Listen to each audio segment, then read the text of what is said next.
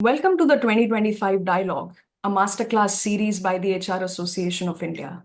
I'm Neha Jagnani, and today we are unpacking the HR Playbook, balancing data, people, and business impact. From smarter decision making to building trust, we will explore how HR leaders can harness data without losing the human touch. And to navigate this conversation, we have someone who doesn't just work in HR, he redefines it. He's not your traditional HR leader, he's an HR disruptor who is blending data with intuition, strategies with storytelling, and innovation with impact. Whether he's shaping talent strategies, mentoring future leaders, or challenging the status quo, he does it with wisdom, wit, and a relentless drive to transform the way we experience work today. An award winning HR professional, an author, a podcast host, and a certified happiness coach, he has been recognized over 50 times for his contributions to the field. When he's not decoding workforce dynamics, you will find him on a mountain trail or cruising through Mumbai on his Royal Enfield. Join me in welcoming the HR Bites guy, Sahil Nayar. Sahil, thank you so much for joining us today. It's a pleasure having you. Thank you so much, Neha. It feels so nice connecting back with you and, of course, with HR Association of India. I vividly remember the dialogue series that we've done over the last couple of years. And welcoming 2025. Great to be back on the dialogue. So thank you so much. I'm also equally surprised. Where did you get this introduction from? For a minute, I didn't know where to look. Who were you talking about? But thank you for your kind Thank you so words. much. Thank you so much, Sahil. It's a pleasure having you, and I look forward to this exciting masterclass. So, to kick things off, Sahil, my first question to you is with HR being both art and science, how can leaders strike a balance between data driven decision making and human connection in the workforce management? No, I think that's quite a loaded question, but it is a question of our times. And the reason I say it's a question of our times is because gone are the days when one would look at human resources as just a support function. Right. Today, we are a function that enables business, that allows us to empower leaders, not just because our gut says something or because we believe it's the right thing to do or because we have a sixth sense, but because we have a lot of data, a lot of analytics, and a lot of insights that allow us to scientifically also bring in a perspective which is backed by all of that. Right. Having said it, I think while the flavor of the season is D&I, I want to use your platform to introduce something that I believe is going to be here for a while, which is not D&I, but DII, right? Which is essentially about data, insights through intuition, Right. right? Okay. So when you have data insights that are backed by intuition, you are actually making a very strong case. Right. Today, you may leverage great analytics and tools to tell you what's the mood of the office, what's the sentiment, right? Mhm. How are people feeling?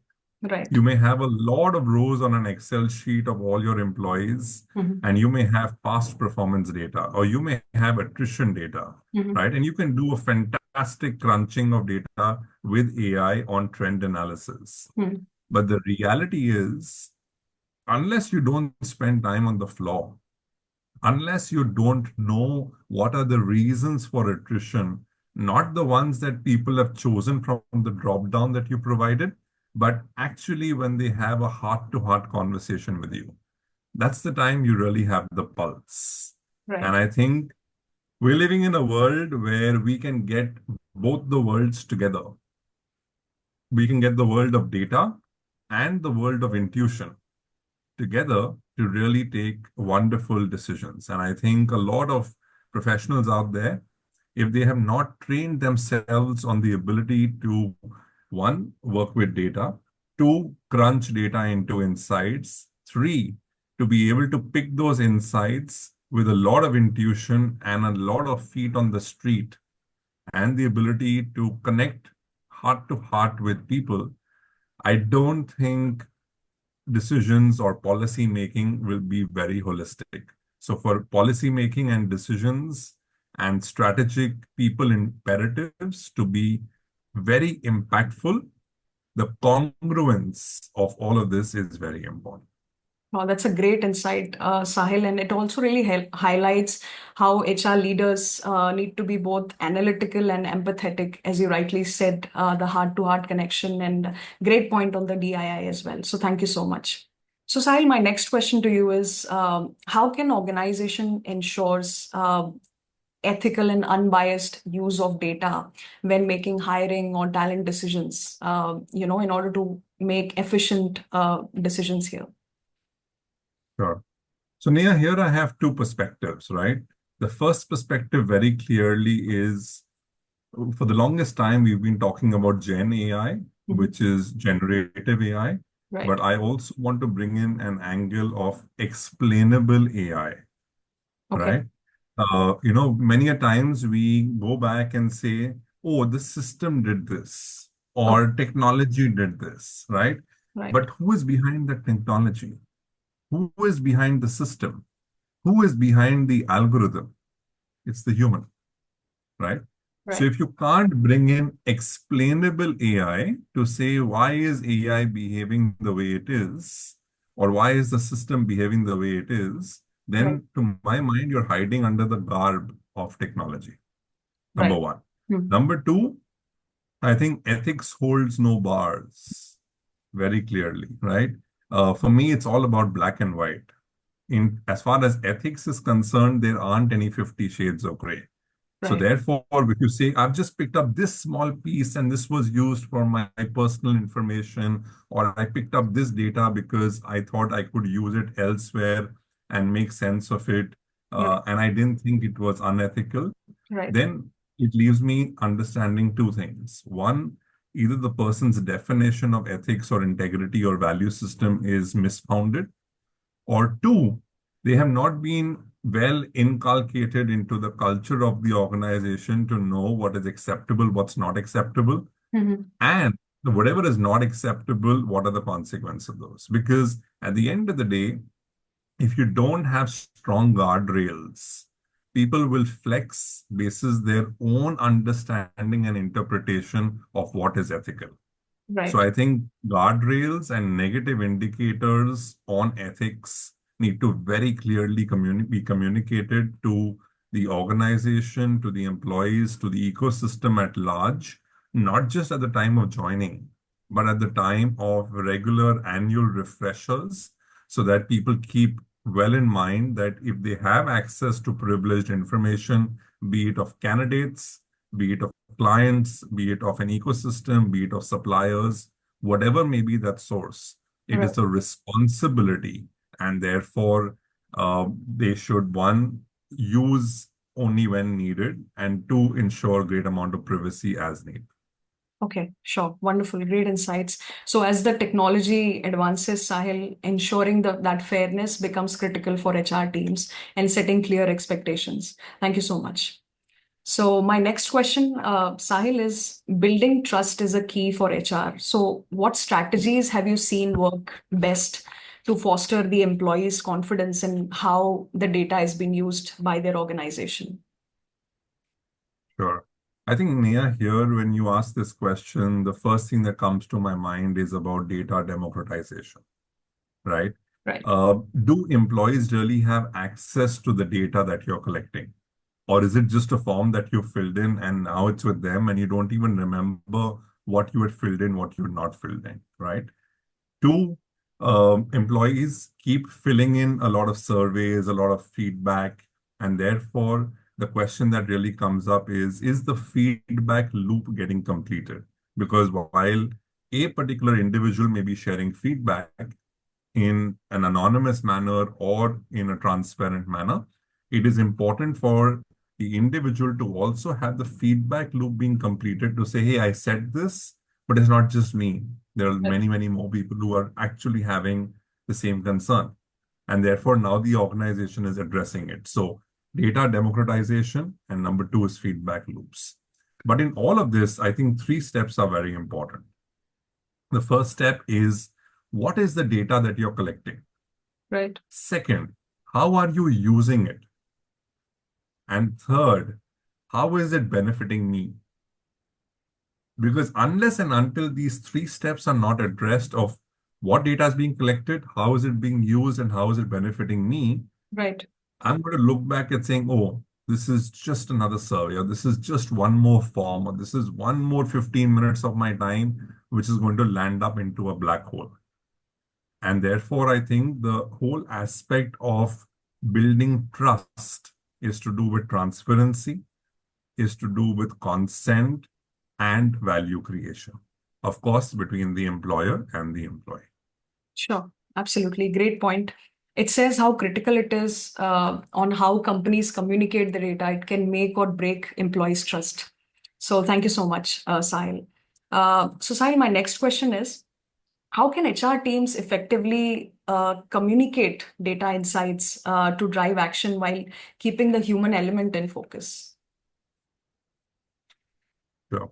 I think HR teams have access to a lot of data, right? Whether it is personal identification data, Right. whether it is data around workplace dynamics, whether it is data around access to teams and their performance and performance of the organization at large, Right. whether it is to do with sensitive data around policies and procedures. Mhm. HR has access to phenomenal amount of data. Right. Now, the point is HR able to filter that data and cut out the noise, right? Because many a times there may be a lot of noise that may come with that data. So Right. are you able to filter out the noise and keep the real sentiment? Number one. Right. Number two, are you able to leverage that sentiment which helps fuel organization growth? So if the organization's heading in a certain direction, can you pick up bite-sized, authentic data that comes in where you can actually drive insights and play them back to the employees so that employees look at it as not just a feedback loop being completed, but Right. also feel a sense of belongingness, that they belong to the organization because whatever they shared, whether it is in terms of improvement areas, whether it is in focus areas, whether it is about ideation and pivoting into the next year, all of these suggestions or ideas have not landed in a functional mailbox that was never opened, but I've actually landed on the years of leadership, and the years of leadership have connected with the heart of the organization Right. to come to say, hey, you know what? These are your ideas. We've implemented two of them. Maybe we've parked two of them. And one idea didn't really make a lot of sense, and therefore we won't be taking it ahead. I think Right. that's what people need today. No one's saying, I've given you an idea and therefore please implement it. All people are saying is, let me know what happened. And when you do that, it not only builds and reinforces trust, but it also answers your question in a way that together everyone aligns for a common purpose. Fantastic. Beautifully articulated, Sahil. So this brings us to our last question for today, Sahil, which is, if HR data could talk, what do you think it would say about the modern workplace? I think if HR data could talk, HR data would be confused. HR data would say, uh, what is that song? And I can't recall the lyrics right now. Ye kahan aa gaye hum? I think it would say that because in a multi-generational workforce where everybody's needs are different, wants are different, desires are different, in an ecosystem where in large organizations, every team has a subculture as part of the larger overall culture.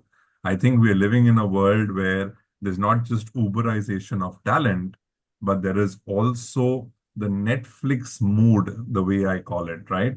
Today I may be watching rom-com, but I may want to watch very different genre later in the evening, and a week later, because Neha recommended me a fantastic series, and the last time Neha recommended me a series, I watched it and I loved it.